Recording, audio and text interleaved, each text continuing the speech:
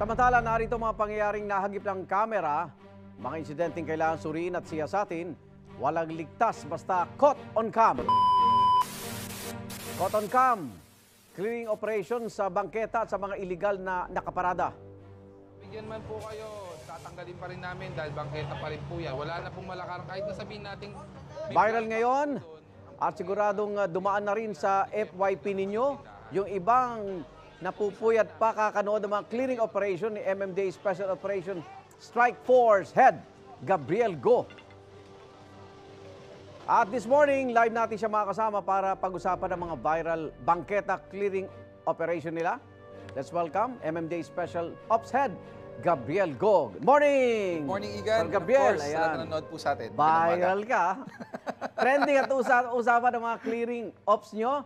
Siyempre, mga bangketa po yan. At anong masasabi nyo? Parang pagbabalik kayo, parang nandun. Sabi ko nga, parang ninja, ano sila. Aalisin nyo, pag alis nyo, babalik uli. Pero anong impression nyo sa ating mga kababayan? Mga ninja moves, no? Oh, ninja moves. Well, Igan, mahirap, no? Kasi nakasanayan ng mga kababayan natin something that is alam naman nating mali. Like for obstruct ng mga bangketa, pag-extend ng Pero mga... sa tagal nakala nila tama. Sa tagal-tagal nakasanayan eh. So, we just have to, kailangan natin i-implement at ibalik sana ang disiplina sa kalsada natin. Anong pinakamalaking naranasan mo, nakita mo na kinlear nyo out of the bangketa? Ang bangketa po sa taong bayan yan, ha? Anong pinakamalalang nakita nyo? Well, for us, for the past months na nagki-clearing kami, the worst na nakita ko, ang bangketa ginawang covered or secluded na garden na kung saan meron ng video okay, meron extension na ng bahay. Extension na literal ng bahay. Wow. Hindi lang extension, gated extension Gated na. Oh. Yeah. So I think that's one of the worst that we've seen. Aside from yung mga extension ng mga lona, bubong. So I think isa yan sa pinakamalala sa tingin na nakikita Sa pag-iikot ko nga, lahat ng barangay chairman may sari-sari store. Diba? Ginawa ng tambakan ng mga inumin yung kanilang bangketa. Paano ba itong bangketa clearing ops nyo at ng MMDA? Araw-araw ho ba ito? Random ba ito? May nagalit ba sa inyo? Nagbanta sa buhay ninyo? Well, Igan, ang pagki-clearing po natin ng ating mga bangketa or even ating mga kalsada, we have three different aspects na kino-consider. One, of course, ang mga mabuhay lanes, ang mga major thoroughfares po natin, lahat ito is within the jurisdiction of the agency. Aside from that, pag meron po tayo natatanggap ng mga complaint coming from the 8888, which is the Presidential Complaint Desk. So, ibig sabihin po nito, within 72 hours, kailangan po maaksyonan ng ahensya itong mga complaints na ito. And aside from that, we also take actions tulad po sa mga concerns natin when it comes to mga public concerns such as Facebook complaints, Twitter, yung mga emails po na pinapadala sa ahensya po natin, lahat po ito ina-actionan natin.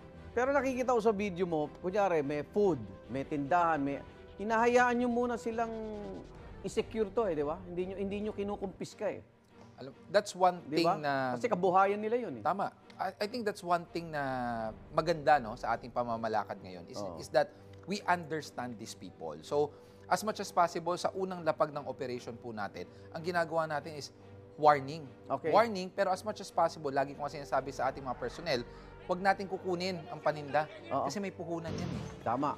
Eto, isa-isahin na po natin yung mga bangketa clearing ops nyo para may gabay din ang mga kapuso natin kung ano ba ang mga bawal gawin. Panoorin po natin ito. Mga nahuli niyong tindahan sa bangketa.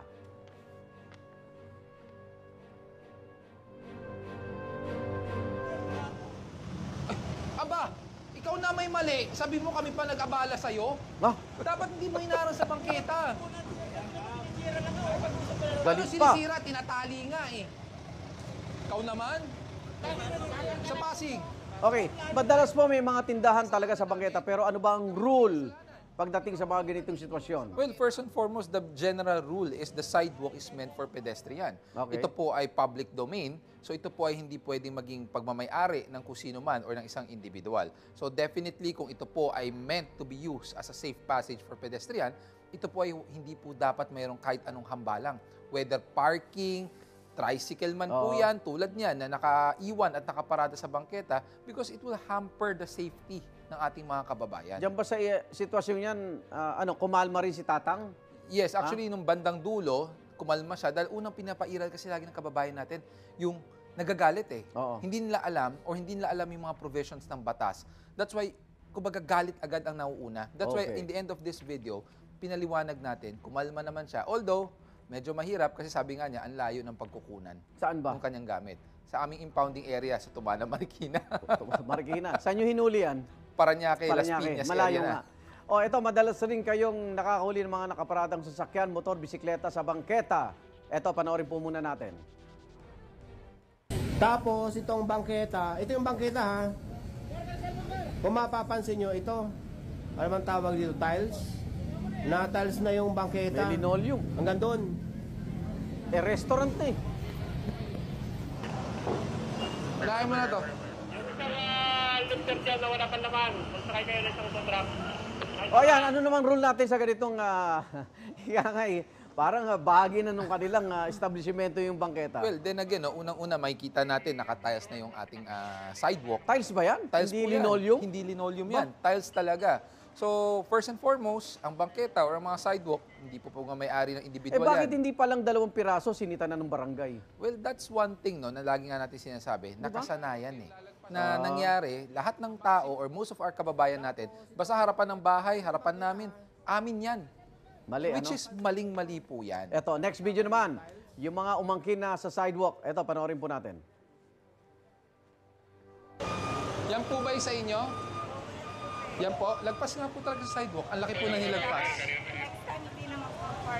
Ma'am, ang tagal na po ng consideration na binigay po namin since December.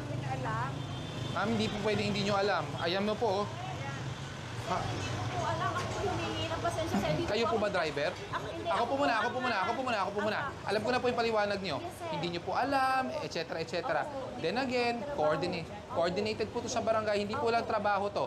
This is your responsibility also to know na you cannot obstruct the sidewalk. Okay, opo. Hindi nyo po alam na, ito na, tama na po to eh. Opo. Bakit nyo nilagpasan? Opo, hindi ko po alam. Opo, pasensya na ha, kasi lagpas na po tayo sa 5 minutes.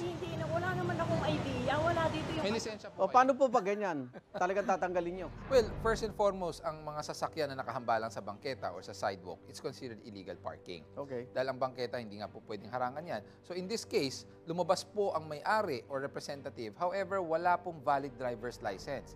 Take note, the only time na pwedeng matikitan ng isang sasakyan ng illegal parking attended, ibig sabihin, hindi kayo matuto, is merong lisensya o may driver na So magpapatiket. ito, natow to. Ito po, tinaw natin dahil ang lumabas po, may-ari, however, wala po yung driver niya, Patong-patong. walang lisensya. Oh. Paano kung hindi na-inform o walang idea daw? Kaya narinig natin, hindi niya alam. Sabi niyo nga, warning muna, pero ano dapat nilang gawin? Unang-una, Igan, no, ang pagkuha po ng lisensya or pagmamayari ng isang sasakyan, merong responsibilidad yan. Remember, a license is a mere privilege. So, may responsibilidad na alamin po natin kung ano po yung mga tama at mali. And definitely, makikita naman po natin sa video, meron na po silang cordon, metal cordon, that indicates na hanggang dun lang Hanggang po dun ang lang. kanilang property. So, why did they extend or hinayaang lumagpas ang sasakyan? Doon sa mga nanonood na nakaharang sa bangketa yung mga gamit, tsaka tindahan nila, ano bang, may multa ba, may kaso ba ang MMDA sa kanila? Well, first and foremost, ang mga nakaharang or obstruction sa bangketa, merong kaukulang penalty po yan. Oo. Lumalabas po dyan, obstruction or may tinatawag po tayong mga environmental UOVR or tickets na pwede po kayong matikitan ang may-ari ng tindahan. Okay. Ito, yung mga na to, magkano yan? Well, una-una, ang illegal parking unattended, meron kayong violation ng 2,000 pesos. Wow, mahal, ah. Plus, may towing fee pa po yan. Magkano? Depende na po yan. Kung ikaw pa sa Paranaque na to hanggang Marikina, sa tingin ko po baka umabot po ng mga 7 to 8,000. Mas magandang iwasan na lang, no? Oo. Tama. Huling paalala lang po sa mga kapuso natin na mahal ang bangketa, Mr. Go. Oh. Well, first and foremost, lagi natin pinapaalalahanan ng ating kababayan na ang mga bangketa, ito po ay para sa safe na lalakaran ng taong bayan. Ito po ay hindi pagmamayari ng isang individual, but this is meant to be used as a public domain. So Opo. when we say public domain, free for everyone to use, at ito po ay nilalakaran ng ating mga kababayan. Ay, maraming salamat, Gabriel Viral Go, head ng MMDA Special Operations Group, Strike Force. Tuloy niyo lang po yung magandang ginagawa niyo, trabaho niyo sa serbisyo publiko para ho maibalik ang disiplina sa ating mga kababayan. Maraming salamat, Salamat Ian. sa pagpunta. Magbabalik po ang unang hirit. Wait! Wait! Wait! Wait! Wait lang! lang, wag mo muna i-close. Mag-subscribe ka na muna sa GMA Public Affairs YouTube channel para lagi kang una sa mga latest kwento at balita. I-follow mo na rin ang official social media pages ng Unang Hirit. Thank you. O, sige na.